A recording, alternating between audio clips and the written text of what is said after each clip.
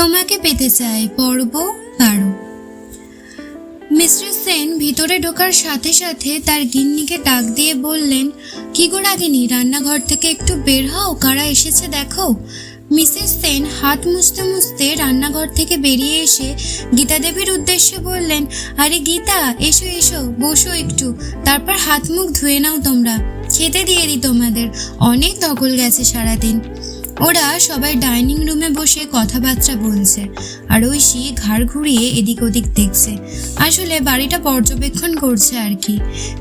সেটা মিস্টার সেনের চোখে পড়তেই তিনি বললেন, আরে ঐশী মা, যাও তুমি বাড়িটা ঘুরে দেখো, উপরে চলে যাও সিঁড়ি দিয়ে, উপরে ঈশার রুম আছে, একটু গল্প করে এসো।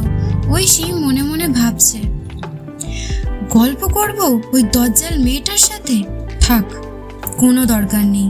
এই বলে ঐশী ধীরে ধীরে সিঁড়ি দিয়ে উপরে উঠে গেল।